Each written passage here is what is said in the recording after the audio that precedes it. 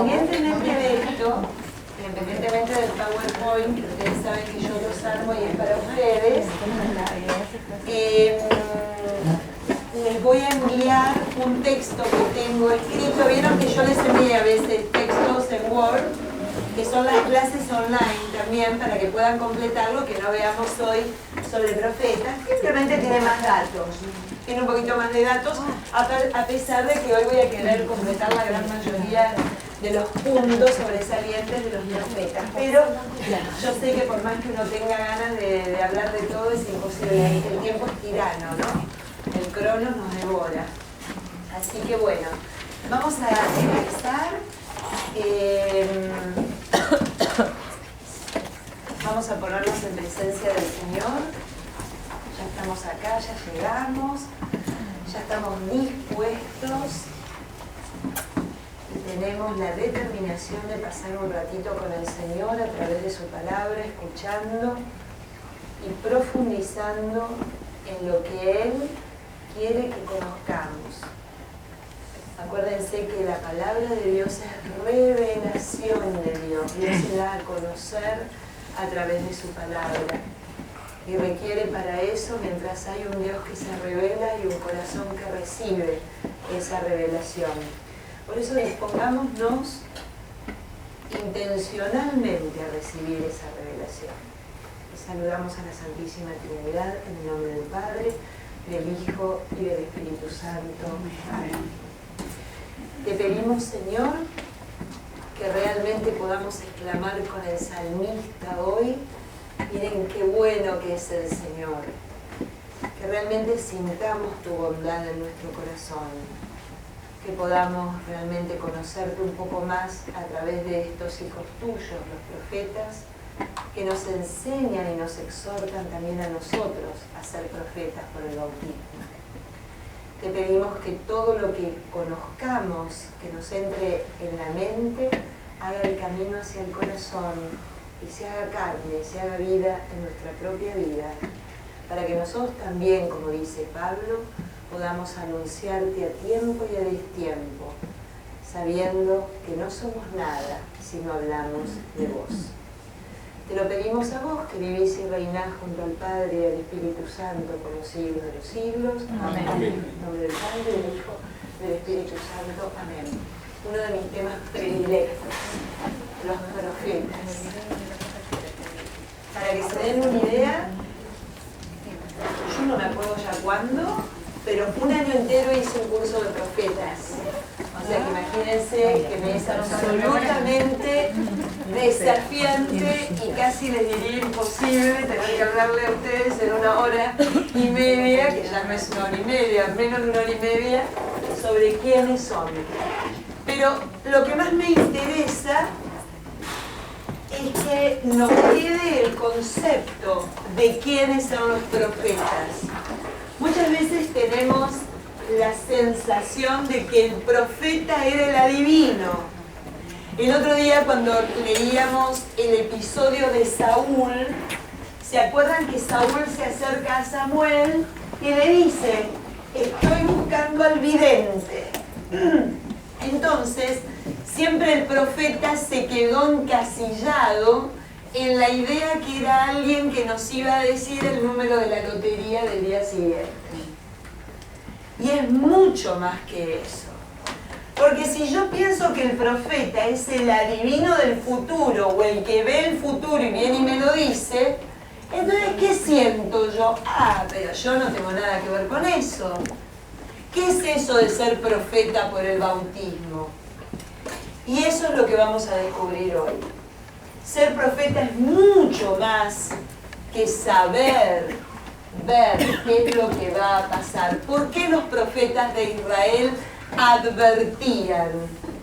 No porque adivinaran, sino porque sabían leer los signos de los tiempos.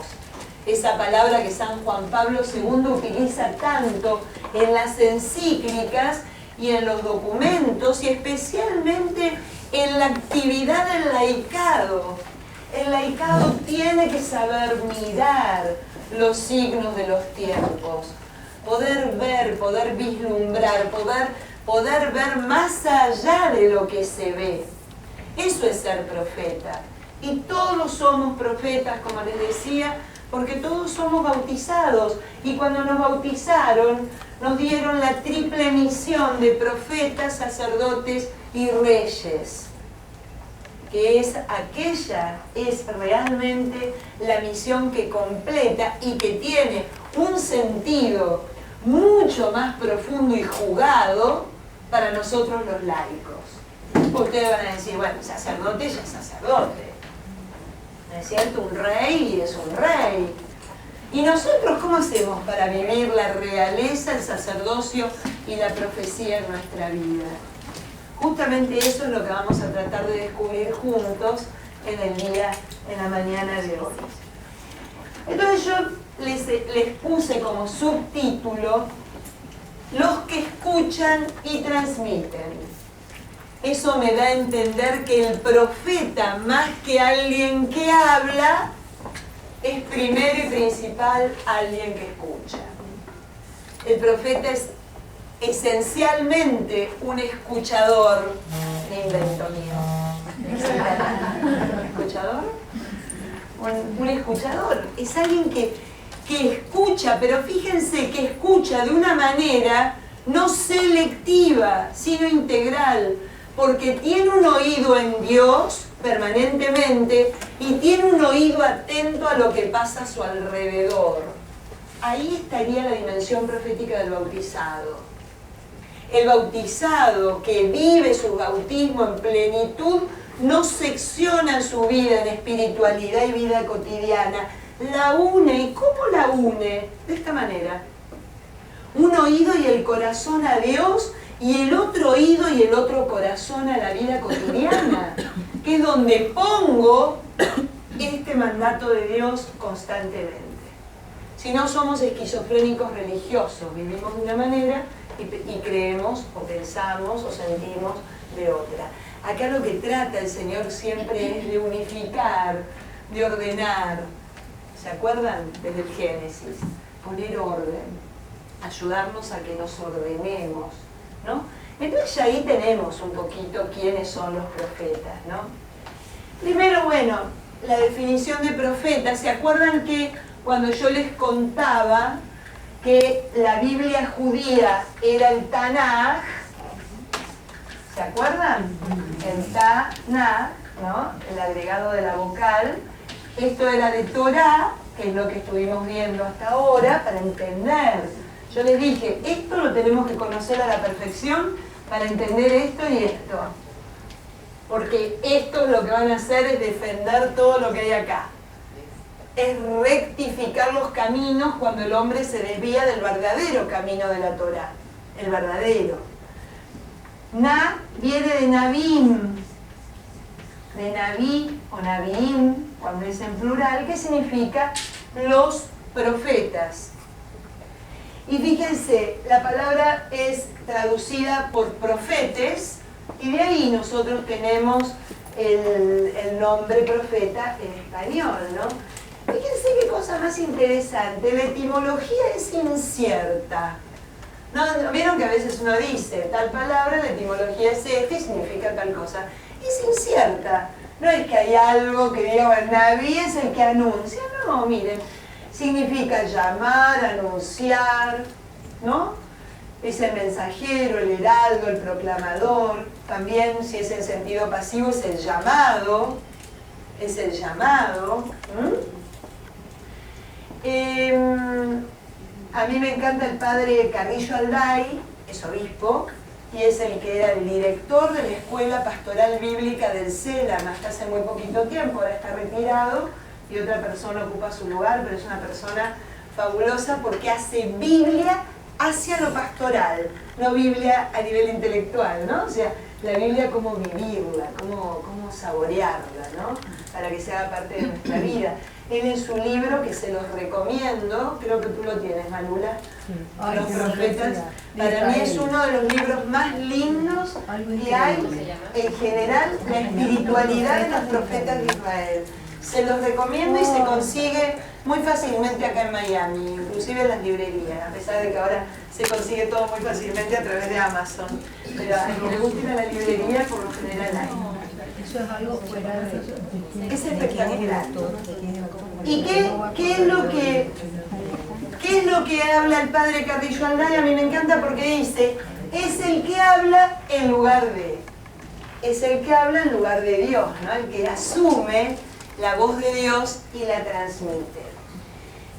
Los profetas son instrumentos en manos de Dios, es decir, personas elegidas gratuitamente por Dios para transmitir su palabra. Ya vamos a ver lo desconcertante de la elección de los profetas. Yo les contaba el otro día, casi todos cuando van y le dicen, ven, deja el ganado, que tenés que ir a hablar a los reyes y a los sacerdotes del reinado del norte, porque se están desviando del Señor, y dice, yo soy solo un ganadero, un agricultor, me la paso plantando sicómoros, va a decir Amós. ¿A mí me llamás, Señor? Jeremías, yo soy demasiado joven para esta historia, no sé qué voy a decir, ¿y qué voy a hablar? Si yo no sé hablar, todos van a decir así. Ninguno va a decir, ah, qué suerte que me dijiste profeta porque viste con la persona indicada. Por lo general, Jeremías va a hablar del falso profeta, que por lo general tiene esa cosa, ¿no? Tiene la cosa, ah, claro, obviamente me eligió a mí porque soy el mejor de todos. Esa sensación de la gratuidad que se da en todas las Sagradas Escrituras. El hombre elegido por Dios para una misión no es que es un hombre dotado, sino que es un hombre receptivo, y por eso Dios lo dota. Es aquello de Agustín, no te elijo, ¿no? Porque ya lo tienes todo, sino que porque te elijo te doy todo lo que necesitas. Ese es un poco el concepto del profeta que me parece importantísimo. Vamos a empezar a decir que son hombres, por supuesto, profundamente religiosos. A ver, ¿qué significa? ¿Que son cumplidores? No, son obedientes. Que hay dos cosas completamente distintas. El cumplidor de requisitos no necesariamente es obediente. La obediencia, ¿saben lo que significa? Tiene la misma raíz de escuchar con atención. El obediente es el escuchador, el que escucha con atención. Entonces, cuando les digo que el profeta es alguien profundamente religioso, es alguien profundamente relacionado con Dios. Eso es lo que significa profundamente religioso. Nosotros por lo general decimos, uy, esto es recontra religioso. Conoces a alguien, va todos los días a misa, reza el rosario, es profundamente religioso. Yo qué sé. Es profundamente religioso porque me manifiesta en cómo vive, que vive en relación con Dios todo el tiempo. De eso se trata la profundidad religiosa de estos hombres, ¿no? Y por supuesto que cuando hay intimidad de Dios, queda absolutamente de manifiesto. Queda de manifiesto. El Señor en los Evangelios empieza a hablar de dos situaciones permanentemente. Critica a los fariseos, no porque sean fariseos, sino que critica a los fariseos por su fariseísmo. Porque el fariseísmo lo que los aleja de ser hombres que manifiestan una intimidad.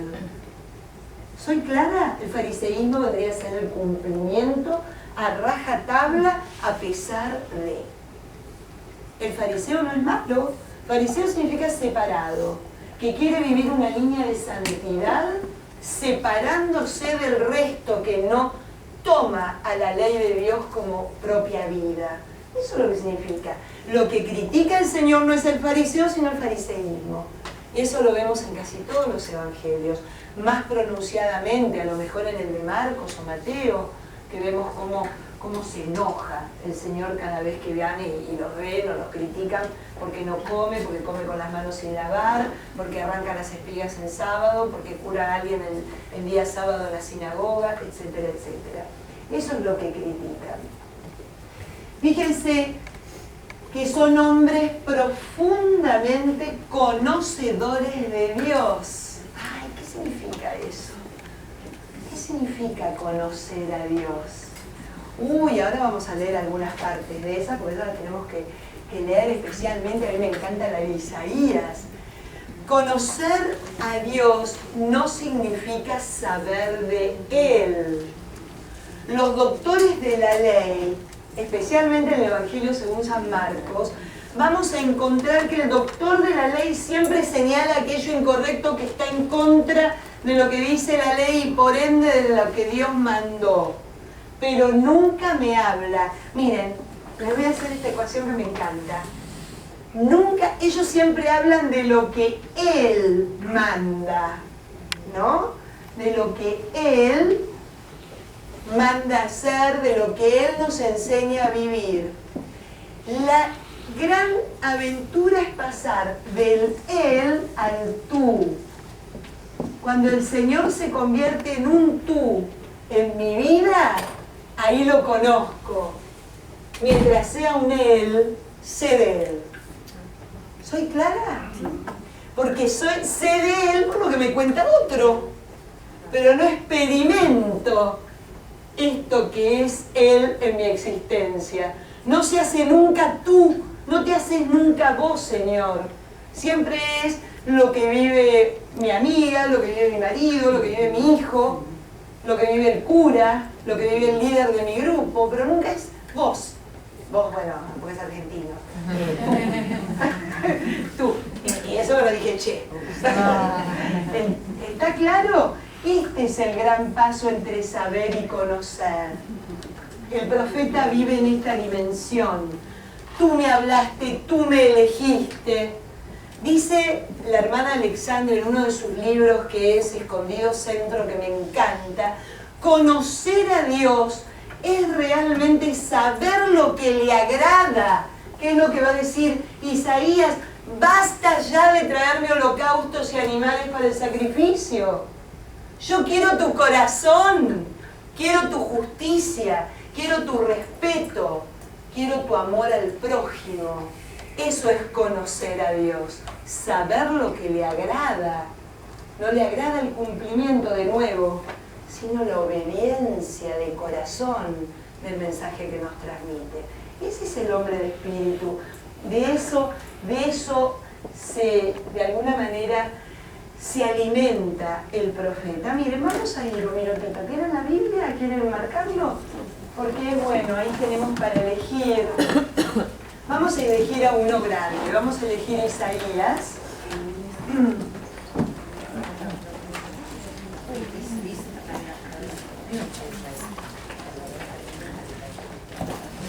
Isaías, vamos a ir a Isaías 1, bien fácil.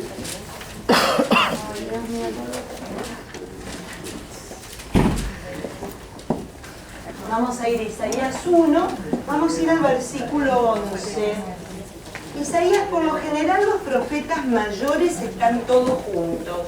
Vamos a recordar, profeta mayor son Isaías, Jeremías, Ezequiel, esos están siempre juntitos. En este caso Daniel lo tengo por separado, Daniel también es un profeta mayor. ¿En qué se diferencia un profeta mayor a un profeta menor en la obra escrita? Es una obra larguísima, ha hecho escuela Isaías. Isaías es un profeta por excelencia, para que ustedes se den una idea, el profeta Isaías hace escuela profética. Los libros de Isaías fueron, el libro del profeta Isaías, que tiene 60 y pico de capítulos, fue escrito en 3 tiempos distintos, con 2 siglos de largo. Tardaron 2 siglos en escribirlo, o sea que no era el mismo profeta. Por eso hizo escuela, ¿no? Y por eso se llaman profetas mayores, porque tienen una obra muy, muy importante, y fueron muy importantes para lo que venía después.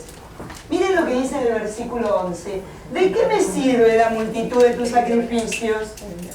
Dice el Señor. Estoy harto de holocaustos de carneros, de grasa de animales cebados, la sangre de novillos, corderos y chivos no me agrada. Cuando entran a visitarme y pisan mis atrios, ¿quién exige algo de sus manos? No me traigan más ofrendas sin valor. El humo del incienso es detestable. Lunas nuevas, sábados, asambleas. No aguanto reuniones y crímenes. Sus solemnidades y fiestas las detesto. Se me han vuelto una carga que no soporto más. Cuando extienden las manos, cierro los ojos. Aunque multipliquen las plegarias, no los escucharé. Sus manos están llenas de sangre. Lávense, purifíquense, aparten de mi vista sus malas acciones, cesen de obrar mal, aprendan a obrar bien, busquen el derecho, socorran al oprimido, defiendan al huérfano y protejan a la viuda. Entonces vengan y discutamos, dice el Señor. Aunque sus pecados sean como el rojo más vivo, se volverán blancos como la nieve. Aunque sean rojos como escarlata, quedarán como lana. Si saben obedecer, comerán lo sabroso de la tierra. Si rehúsan y se rebelan, la espada los comerá. Lo ha dicho el Señor. Clarísimo, ¿no? Lo que significa conocer a Dios. Y podríamos seguir así. Yo les puse a propósito para que vayan y lo lean eso, pues está buenísimo. Esto es algo importante, que se los pongo, lo de rojito siempre es lo que a mí me parece un signo. Siempre están opuestos al culto. ¿Por qué? Porque los profetas surgen en un momento donde el templo de Jerusalén estaba en manos de gente que no le interesaba la verdadera religión, la verdadera relación del pueblo con Dios. Estaban ocupando un puesto de poder político y social, lejos de interesarle de que el pueblo crezca espiritualmente. Entonces, por lo general, siempre tienen una posición contraria al culto. ¿Por qué? Porque el culto era la pantalla, era la puesta en escena de esa hipocresía. El profeta los llama a dejar la hipocresía y a enfrentarse con la verdadera relación, con el verdadero amor, que es este Dios que cambia el corazón. Y por eso dice, por más que aumenten las plegarias, yo no los voy a escuchar. ¿Qué cosa, no? El Señor dice, no hagan como los fariseos que repiten muchas palabras. Ustedes cuando recen, entren en su cuarto, cierran las puertas, las ventanas y estén con su Padre que está en lo secreto, y cuando vayan a rezar digan el Padre Nuestro. ¿No? El mismo Señor retoma. Por eso, para los judíos, es un gran profeta Jesús. Porque el Señor les habla de la manera categórica como les hablaban los profetas de Israel. Porque les mueve las estructuras que estaban perimidas y como las tinajas de barro secas y sin gusto, esas tinajas de barro llenas de agua que están en las bodas de Caná y que transforma el vino nuevo de la relación nueva entre Dios y el hombre. ¿Vamos bien? ¿Entienden? El tema es muy bonito. Bueno, acá nos vamos a deleitar. Los profetas son llamados por una vocación especial. Son hombres alcanzados por la voz de Dios, pero que a su vez se dejaron alcanzar. Son alcanzados y que se dejaron alcanzar, ¿no? O sea, hay una actitud. Podrán decir, porque son seres humanos, eso es genial. Cuando un profeta te dice, pero ¿cómo voy a ser yo si toda mi vida crié ganado? Voy a ir a hablar a un rey, a un sacerdote, yo qué sé. O sea, es lo más humano del mundo, porque antes que nada tiene que ser así, porque tienen que ser mis espejos. Si fueran superhombres que dijeran, ah, no, perfecto, lo que les decía hace un rato, es algo tan fake, tan ficticio. No hay nadie que no sienta duda ante una misión tan importante. Pero bueno, a ver, ¿a quién elegimos? Y a mí me gusta Jeremías. Está al lado de Isaías, así no le olvido. Está al ladito de Isaías. Vamos a Jeremías 1:40, sí, hay que leer a Jeremías un poquito, aunque sea. Cosa más bonita. Patricia, Uno, sí. cuando hablas de ellos, ¿pudieras mencionar en qué época? Es que ya les hice una lista con todas las épocas donde vivió cada uno. Entonces, de acuerdo a lo que yo les vengo explicando del norte, del sur, se van a dar cuenta cuál fue su función, ¿no? Sí, sí, sí. Y les pongo los libros donde encontrarlos y todo, además de lo que tienen. Está al final del PowerPoint. Jeremías 1, más fácil imposible. No, yo dije muy bonito. Te baja la defensa. Jeremías 1:1, miren lo que dice. Palabras de Jeremías, hijo de Gelcías, de los sacerdotes residentes en Anatot, territorio de Benjamín. Acá encontramos otro que, como Saúl era el más pequeño de las tribus, de la de Benjamín, ¿se acuerdan? De la misma tribu de Saúl. Esa tribu estaba en Judá, o sea que ya me está diciendo Jeremías es del sur. Jeremías está en el reino de Judá, ¿no? Recibió palabras del Señor durante el reinado de Josías, hijo de Amón, en Judá, el año 13 de su reinado. También acá me está poniendo cuándo. En tiempos de Joaquín, hijo de Josías, al final del año 11 del reinado en Judá, de Sedecías. Todos esos lo tienen que saber para la semana que viene. Y se los tomo por orden.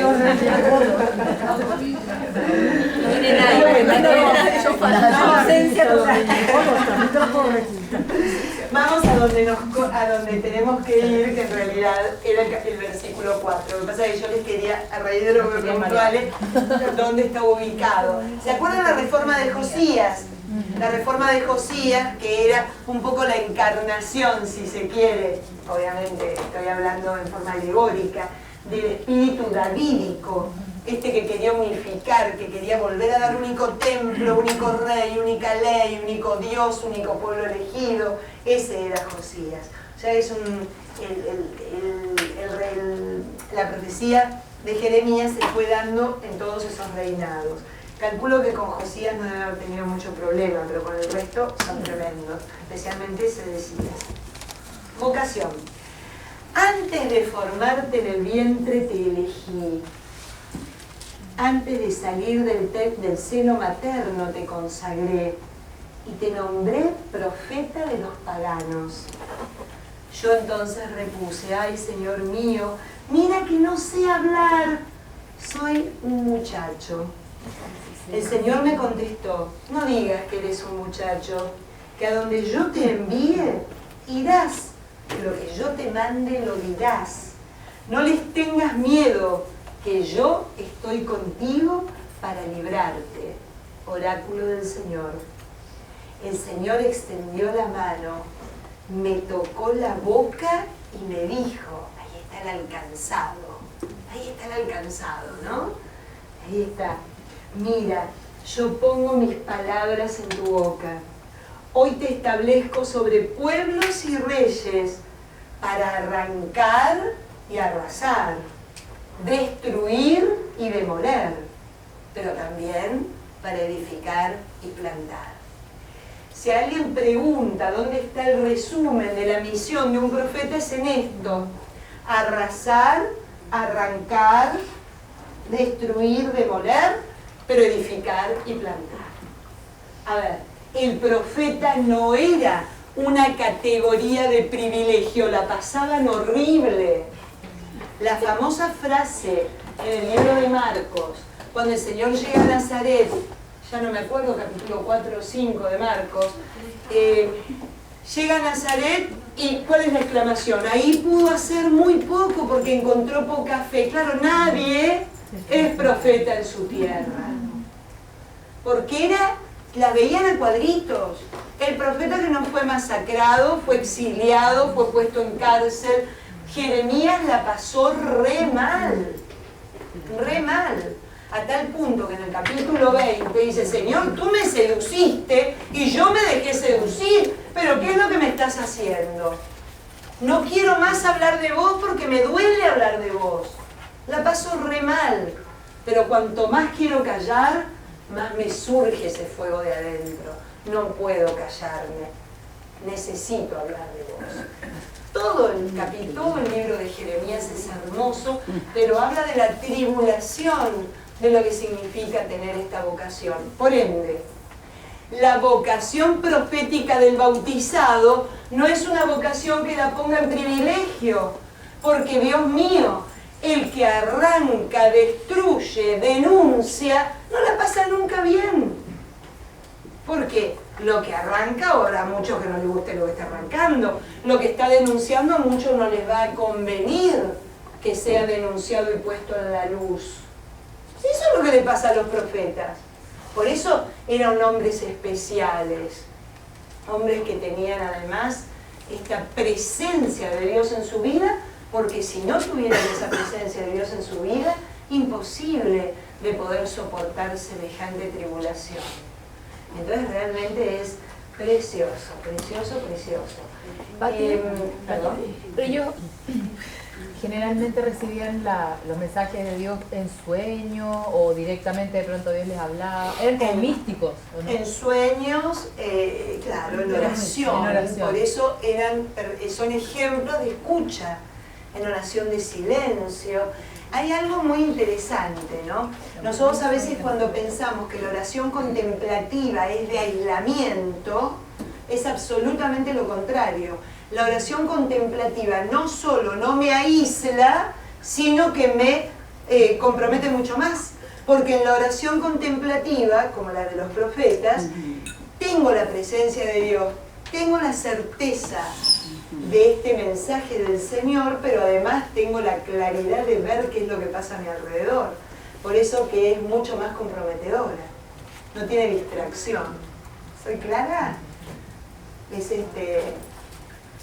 Acá está bien, Fer. ¿Está bien? Viste que me sacaron la mesa.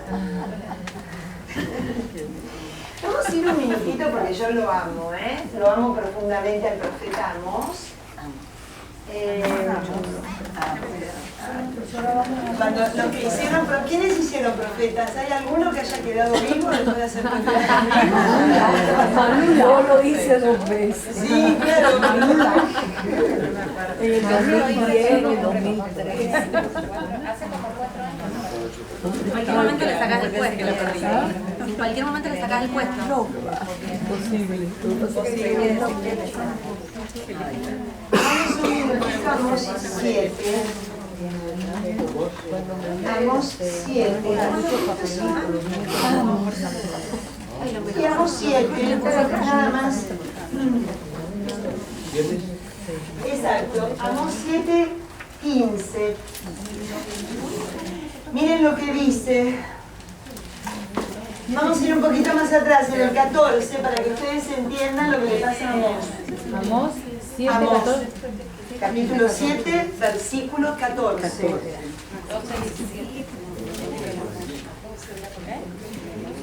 ¿Me perdonan? Perdónenme lo pesada que estoy hoy, pero en el 12 me gustaría arrancar en el 12, versículo 12.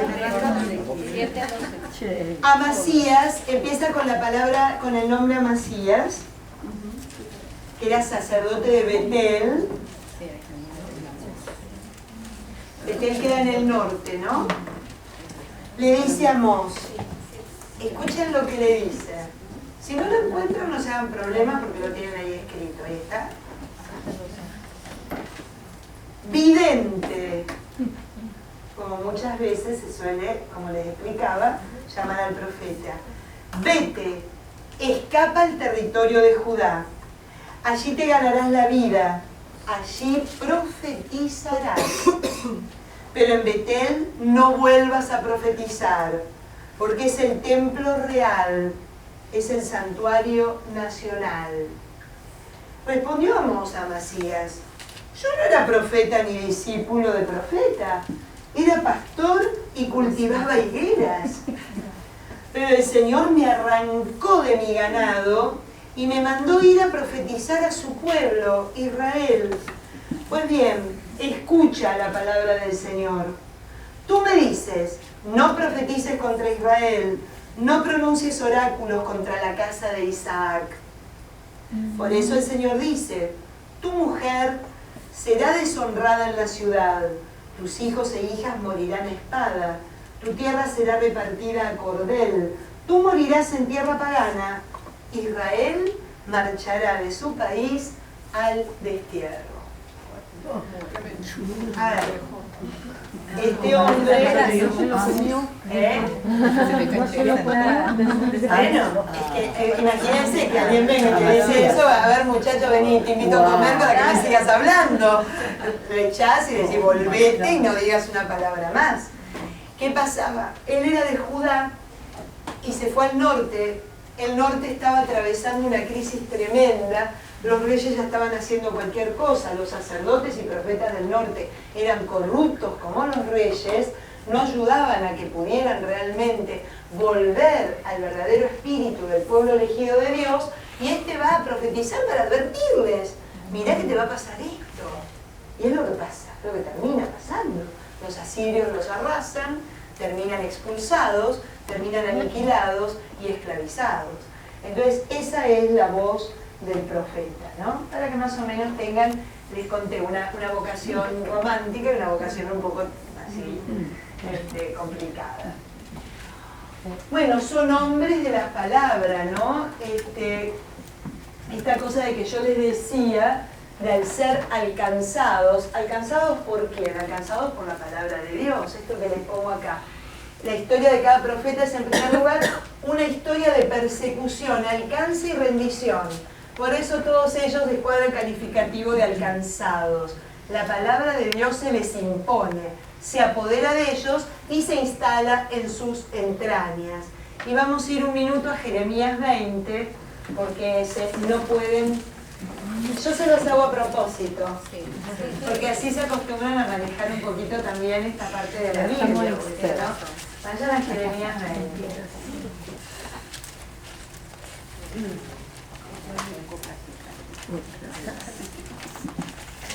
Sí, yo voy a arrancar desde el capítulo, del versículo 7, que era lo que les comenté hace unos minutitos atrás. Me sedujiste, Señor, y me dejé seducir. 7. Me sedujiste, Señor, y me dejé seducir. Me forzaste y me venciste. Yo era motivo de risa todo el día, todos se burlaban de mí. Si hablo es a gritos, clamando, miren lo que clama el profeta, violencia, destrucción.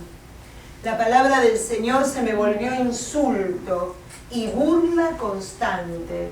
Entonces me dije, no me acordaré de él, no hablaré más en su nombre. Pero la sentía dentro como fuego ardiente, encerrado en los huesos.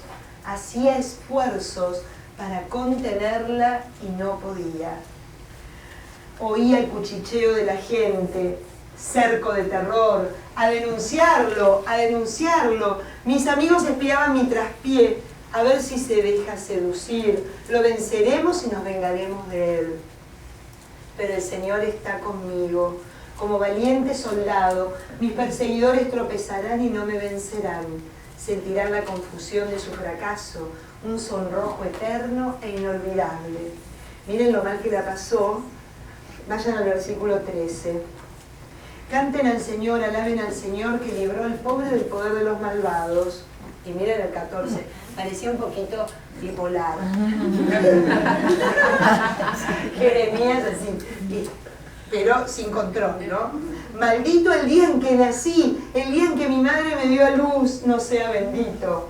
Maldito el que dio la noticia a mi padre, te ha nacido un hijo, dándole un alegrón. Ojalá fuera ese hombre como las ciudades que el Señor trastornó sin compasión. Ojalá oyeses gritos por la mañana y alaridos al mediodía.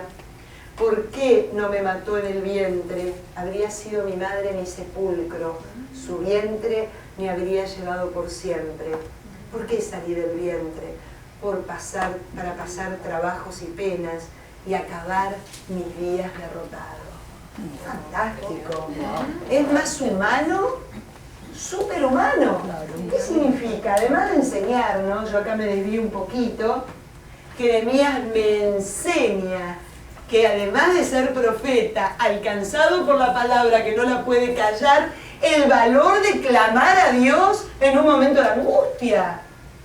Hay un clamor, ¿por qué no me morí en el seno de mi madre? Este hombre que clama a Dios no reclama a sus hermanos, porque clama y se enoja con quien se tiene que enojar. Es como el libro de Job, ¿no? Esta cosa a mí me parece hermosa. Sí. Es como que te da ese derecho que en realidad uno se siente que no se puede y que por un lado si somos de Dios no tenemos derecho solamente a estar alegres, no, también tenemos derecho a enojarnos. No solo eso, de poder sentir. Bienaventurados los que lloran, los que se dan cuenta que tienen algo para llorar. No el que vive anestesiado y embalsamado y va por la vida como que todo le rebala como con vaselina. Bienaventurado el que tiene entrañas de misericordia, porque el poder experimentarlo con nosotros nos hace poder recibir al otro. El profeta tenía que tener esta cuota de humanidad, porque si no, ¿cómo le podía ir a hablar a otros hombres? De algo tan visceral, de algo tan transformante. Siempre nos enseñan un montón a cómo tener una relación verdadera con Dios. Y todo lo que les estoy diciendo, siempre tradúzcanlo ustedes en su vida como bautizados. Nosotros también pasamos lo de Jeremías. Y qué bueno que nos demos cuenta y qué bueno que lo digamos, que lo manifestemos. Porque lo que no se calla, lo que se calla, lo que no sale, enferma y ahoga. Exacto. Enferma y ahoga. Y el dolor da empatía, aparte. El dolor aísla además. Una pasión continua. Y el cuerpo. Es una pasión. Es el eros del que habla Caritas in Veritate, perdón, Deus Caritas es la primera encíclica de Benedicto XVI. Si el hombre religioso no siente ese eros, esa pasión en su corazón, no tiene idea de lo que es ser alcanzado por Dios. De hecho, es increíble el libro de Jeremías, no se sonroja, porque parecen los escritos de San Juan de la Cruz y de Teresa en algún aspecto, porque hablan de la pasión del encuentro con Dios. Fascinante, fascinante. Pero quedó claro, nos enseña esto, a ser humanos, a ser humanos. Y miren lo humanos que nos enseñará, que es lo que más nos cuesta. Los profetas son hombres del presente. De la única manera que se puede saber y conocer los signos de los tiempos es teniendo los pies sobre la tierra.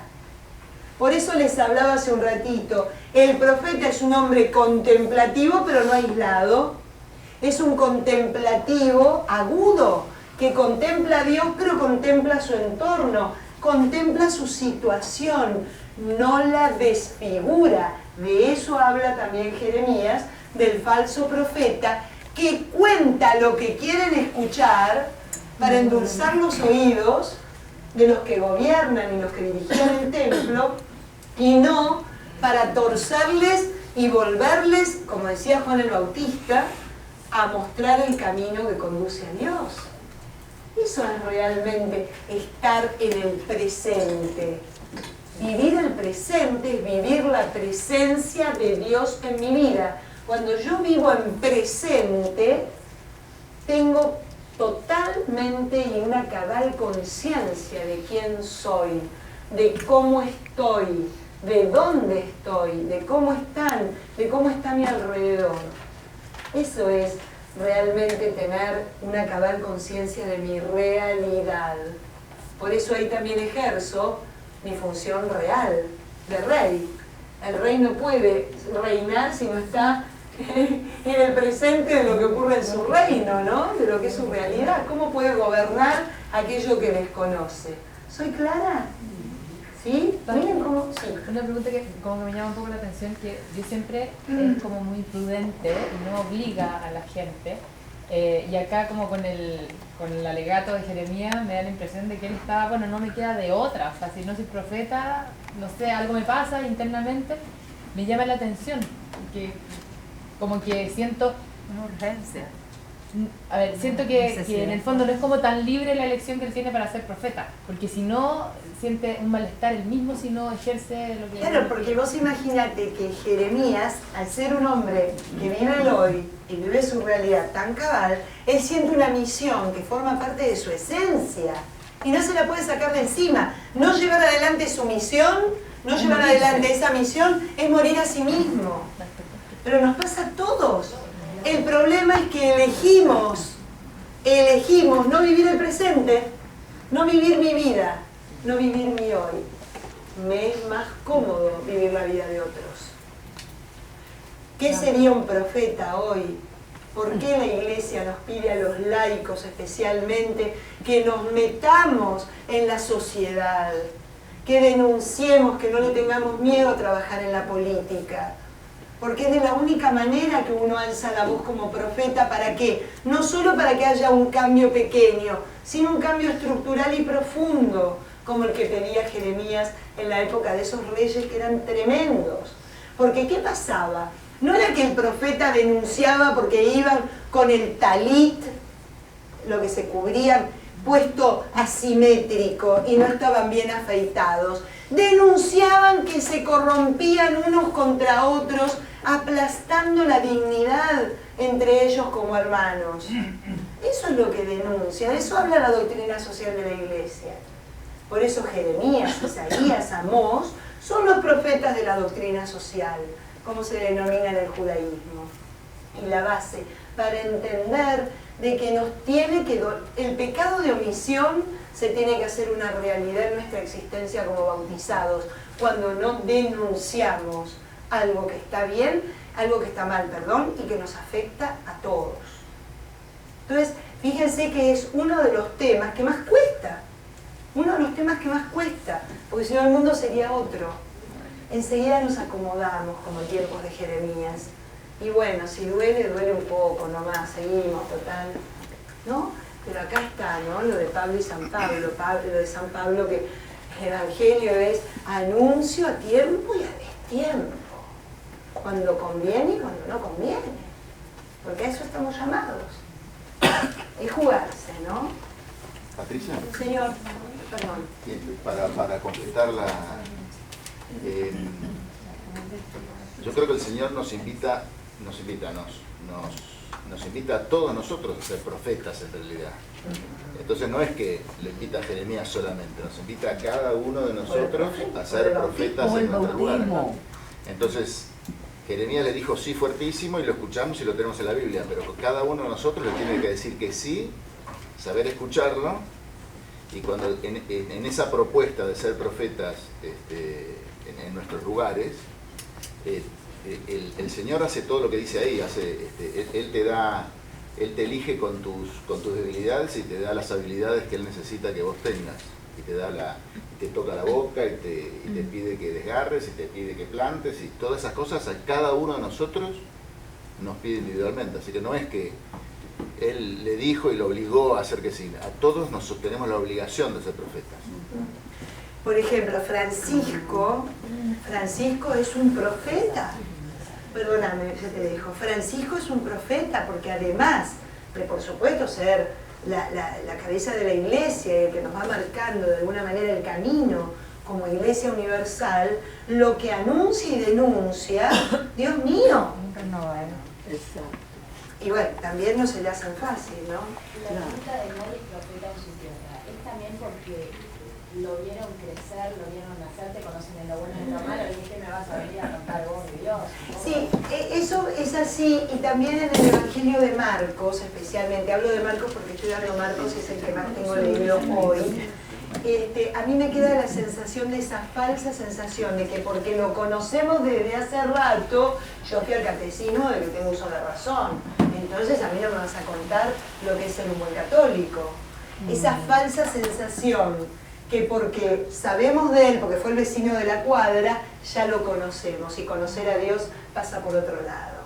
Es tener una experiencia realmente de orden de corazón a corazón, no porque lo veía salir todos los días con el diario bajo el brazo y que se iba a trabajar. ¿no? Traspolada al día de hoy, ¿no? Yo quiero hacer énfasis en una cosa. Francisco, es su Fernando. nombre, ha dicho, es una invitación. Yo creo que no. Yo creo que no es una invitación, que es un mandato, que significa un grado más. Yo puedo invitar, es una cosa más laxa. Un mandato es que eres libre de no hacerlo. Como nuestros hijos les dices, haz esto y por supuesto pasan. Pero es un mandato, es decir, el ser cristiano, el bautizado, tiene una carga imperativa. Bueno, el Señor dice, vayan y anuncien el Evangelio hasta el confín de la tierra. O sea, no le dice, bueno muchachos, cuando tengan tiempo, si tienen ganas, si les queda bien, háganlo. El vayan es un mandamiento. Id y proclamad. No es una invitación, En español. es más que una invitación. Sí, es mucho más que... Lo que sí nunca nos vulnera, nunca nos vulnera. No nos va a venir a agarrar de la oreja, no nos vulnera, nos respeta las libertades. Hoy me llegó un video de un reportaje que le hacen a una monjita que está en estos lugares donde son perseguidos los cristianos. Es impactante. La monja de Alepo. Cuenta, esa es. Cuenta que con el bautismo se tatúan una cruz para que en los momentos donde pueda llegar a flaquear no su fe, pero por ahí muchos, el miedo a que van a ser matados, pero aparte los niños enterrados, o sea, cosas que no es la muerte que nosotros nos imaginamos, son muertes crueles, o sea, niños enterrados vivos, mujeres violadas delante de sus esposos, o sea, es atroz. Entonces dice que con eso, ellos apenas se bautizan, se lo hacen para no olvidar nunca que son cristianos y no dudar nunca de hacerlo saber. Entonces dice que por ejemplo se suben a un colectivo y por ahí a unos muestra el tatuaje, entonces salta, claro, ellos son minoría, donde no es como acá que por ahí en la isla somos mayoría, pero son minoría y son perseguidos y buscados. Entonces uno, en vez de esconderse, dice que levantan para mostrarse la cruz y salta por ahí al final del colectivo otro con la cruz, entonces se ponen contentos porque ya son dos y entonces pues decir, qué tibieza, ¿no? Nosotros que estamos tan lejos, qué tibieza. Y bueno, a pesar de que esa gente sufre frío, hambre, miseria, porque pierden todo, cuando uno va y le pregunta qué necesitan, oración. O sea, es así. Sí, increíble. Sí, impresionante. Es algo bien actual, ¿no? Así que bueno, sí. Una preguntita. La tendencia carismática de la Iglesia Católica va como o sea, sería preguntarte, es como que te facilita la misión del profeta a través de esos dones. No, mira, el carismático, el contemplativo, el hombre que encuentra a Dios a través de la palabra, otro del movimiento de Maús, son distintas, ¿cómo tiene un nombre? Espiritualidades o distintas formas que cada uno elige porque hay tanta espiritualidad como personas sobre la tierra, ¿no? O sea, son flores del jardín de la iglesia que cada uno toma para decir, yo acá me siento más cómoda porque tiene que ver con lo que a mí me gusta, con lo que a mí me hace sentir mucho más la presencia de Dios en mi vida. No tiene por qué ser un movimiento o un grupo. Algunos serán así, otros en otra instancia, ¿no? Ay, sí, tiene un nombre. Carisma, no me podía salir, son distintos carismas. O sea, valga la redundancia, son distintos carismas dentro de la iglesia, ¿no? Diferentes formas de manifestar lo que se cree.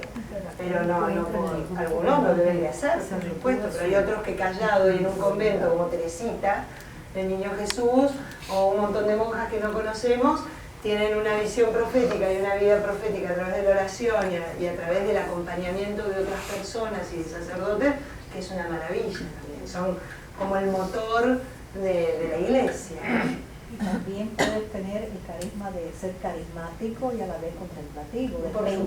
Depende también del momento de la persona que está viviendo. En definitiva, todos somos carismáticos.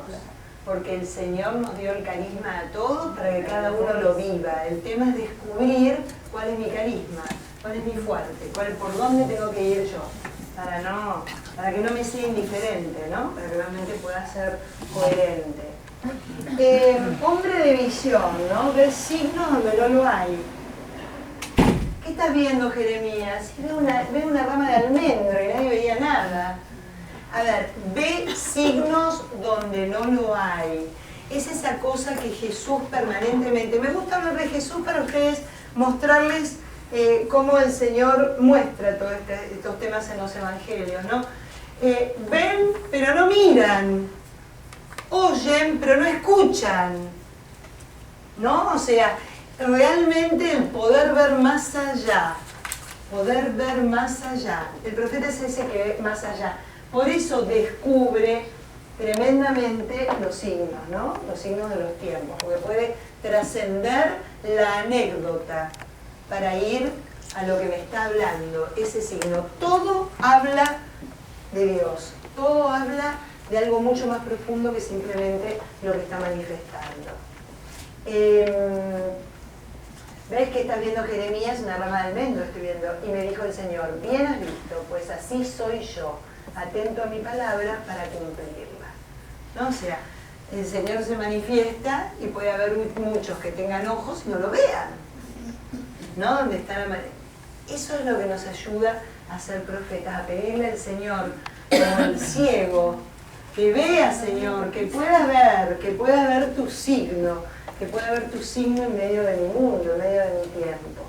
Capta más allá de la apariencia de lo trivial, el clamor de la realidad violentada por la injusticia. Eso es justamente lo que capta el profeta, lo que les decía. El profeta no se va a poner como los fariseos y los escribas a ver si se lavaron las manos o si le enderezó el brazo. Lo que va a ver es lo que hay por detrás del no cumplimiento de la palabra de Dios. Está el sometimiento, por ejemplo. En la época de algunos profetas, los ancianos del pueblo, que tenían realmente un poder político además, porque era el consejo de ancianos del rey, hacían que se endeudaran los más pobres. Entonces los endeudaban, a tal punto que la familia perdía absolutamente todo porque no tenía manera de poder pagar la deuda. Entonces ellos mismos los esclavizaban, pero sabían que iban para ese camino. Entonces de eso hablamos, Miqueas, eso es lo que denuncia, lo que hay en el corazón de esa gente, que es la corrupción, es la injusticia, no es el amor y la solidaridad, sino todo lo contrario. ¿Soy clara a dónde va a apuntar el profeta? Bueno, hombres testigos y signos, ¿no? Para el pueblo. Acuérdense, nadie puede denunciar aquello que no vive, por eso lo de testigo. La palabra testigo en griego es mártir. El mártir, ¿no? El testigo. ¿El testigo de qué? El testigo de lo que hizo el Señor en mi vida. Y de eso hablo. Y esa es la fuerza que me ayuda a anunciarlo. Si el Señor no pasó por mí, todavía estoy acá. Que es de lo que hablaban los profetas falsos de Jeremías. No acá. Por eso es testigo y signo.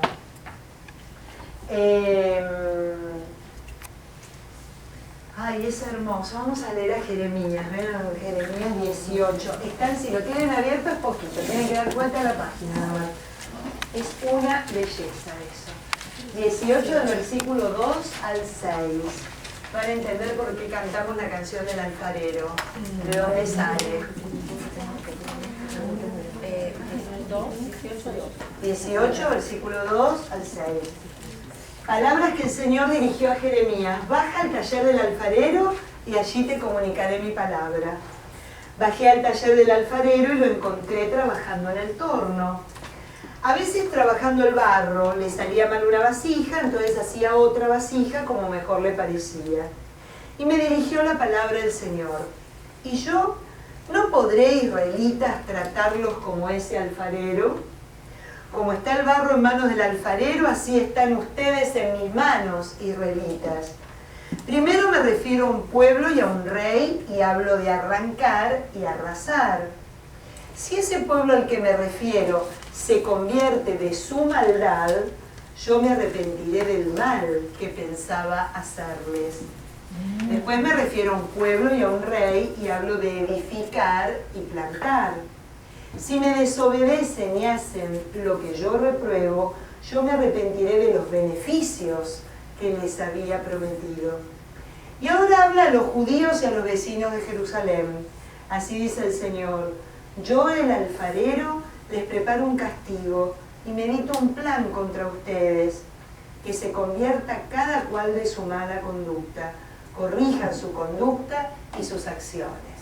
O sea, basándose en el alfarero, viendo que desechaba, ¿no? Y volvió a empezar, es como exhorta a Israel también a que cambie y a que convierta su conducta para hacer y vivir